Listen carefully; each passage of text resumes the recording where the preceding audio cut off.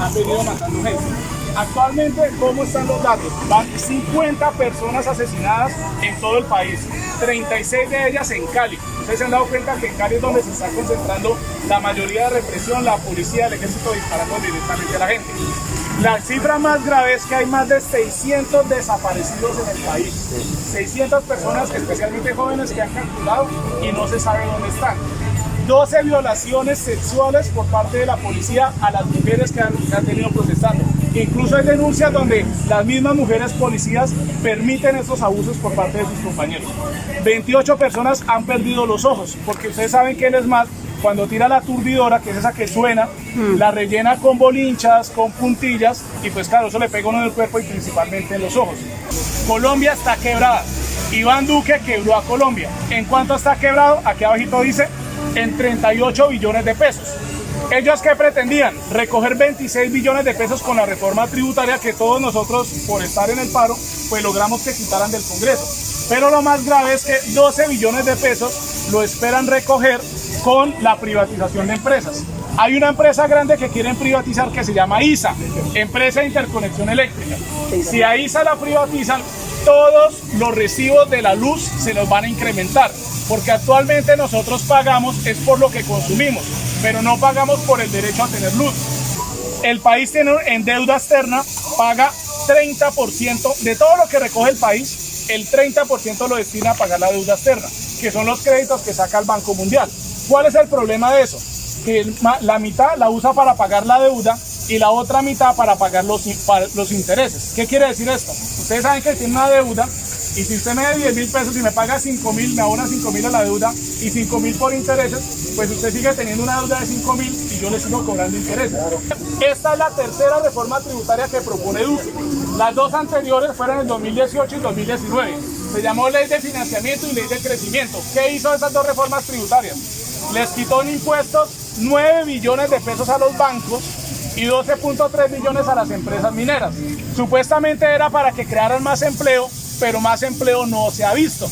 Entonces, una de las cosas que está pidiendo es que se elimine esas exenciones tributarias a los bancos y a las empresas mineras. 300 billones de pesos hay de plata en Panamá especialmente. Si esa plata estuviera en Colombia, se recogería 18 billones de pesos adicionales. En corrupción, 50 billones de pesos. En evasión de la renta, 21 billones de pesos. ¿Ustedes saben que el presidente Iván Duque cuánto paga de renta? Cero pesos. Eso quiere decir que es un evasor de impuestos. Esos evasores de impuestos tienen que pagar y se recogería 21 billones de pesos adicionales. Y aquí hay otros puntos más. Si se les cobra a los súper ricos, si se le pone impuestos a las bebidas azucaradas, Colombia no solo cubriría su deuda, sino que además podría tener más recursos de inversión social, que eso es lo que está pidiendo el Comité Nacional de Paro. Y en esta última, que nos parece también muy importante, se habla de lo que se viene.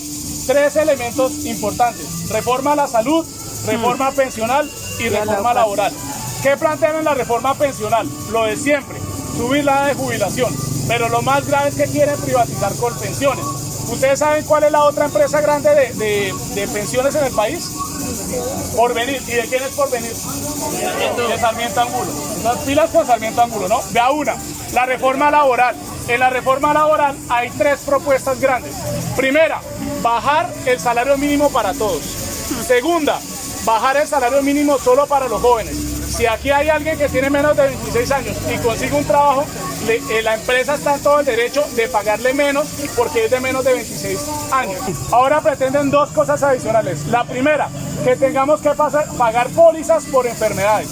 Si aquí hay alguien sufre, no sé, de asma, que es el ejemplo que estamos dando, entonces esa persona tiene que pagar una póliza adicional para que lo atiendan por asma.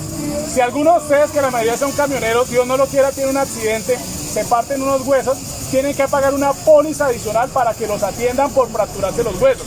Si alguno quedó con una afectación del hígado por beber, porque eso nos pasa, tenemos que pagar una póliza adicional para que nos atiendan por eso.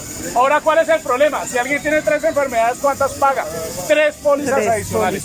Y así, por mí, por mis hijos, por mi mamá, por mi papá, por todos. EPS y pólizas. Otra grave.